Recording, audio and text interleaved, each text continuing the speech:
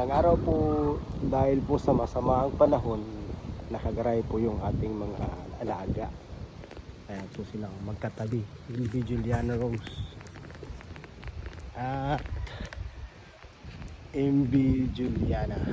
Yan yung ginagamit natin na landing craft. Pagmamayari po ng aking tiyahin, Philia at Rig. Ayan po. Hindi po natin maservisan gawa ng maulan. Mababasa yung mga hindi dapat mabasa. Ayan po, MV Juliana. Ito yung dalawang 2 engine na Mercury Verado 350 horsepower. At saka yung isa Volvo Pinta D11. Ala, may nabagsak na puno. Pero dyan ka muna, mamahinga ka muna dyan na gawa ng malakas ang hangin. Hamilton Jet Drive.